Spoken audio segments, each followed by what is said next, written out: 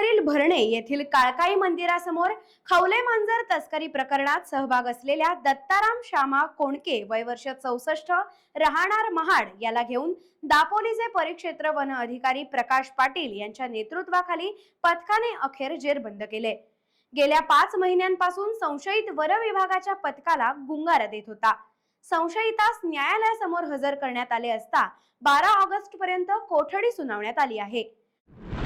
गोवा महोत्सव गोवेकरांच्या उपस्थितीत सुरू असून प्रसिद्ध गायक रेमो फर्नांडिस यांच्या गायनाने उपस्थितांना मंत्रमुग्ध केले। त्यांच्या सुरातच ऐकूया गोव्याच्या सांस्कृतिक व सामाजिक परंपरेतील नैपुण्यपूर्ण असे गीत। Maria Pitache, oh Maria Pitache, oh Maria Pitache, Maria Pitache, oh Maria Pitache, oh Maria Pitache, oh Maria Pitache, oh Maria Pitache। निसर्ग व सामाजिक पर्यावरण प्रदूषण निवारण मंडळाच्या सदस्यांनी रत्नागिरी जिल्ह्यातील सर्वात उंचीवरचे ठिकाण असलेल्या माचाळ गावी श्रावणातील पहिल्या रविवारी श्रावण सरी अनुभवल्या। मातीच्या घरांच्या गावात या ब्रँडखाली नैसर्गिक दृष्ट्या पर्यटन समृद्ध होण्याची क्षमता असलेले 3000 फूट उंचीवरील आणि किल्ले विशाळगड जवळचे माचाळ गाव रस्त्याने जोडले गेले आहे। आजवर फक्त ट्रेकर्सच्या आवाक्यात असलेले हे गाव थंड हवेचे ठिकाण म्हणून विकसित होत आहे।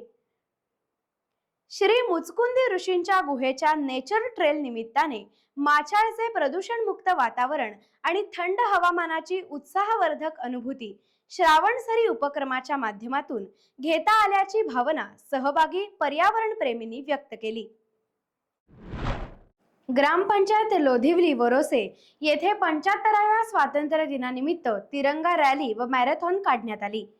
या रॅलीला ग्रामपंचायतच्या सरपंच, ग्रामविकास अधिकारी, प्राथमिक वरोसे शाळेचे सर्व शिक्षक व ग्रामपंचायत सर्व कर्मचारी हजर होते।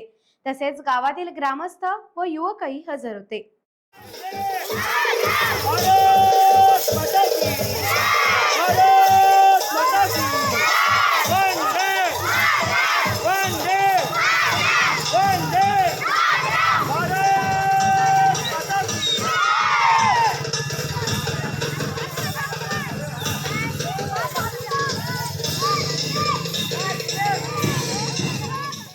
टाइम्स डिजिटलला लाईक करा, सबस्क्राईब करा, शेअर करा आणि बेल आयकॉन दाबायला विसरू नका।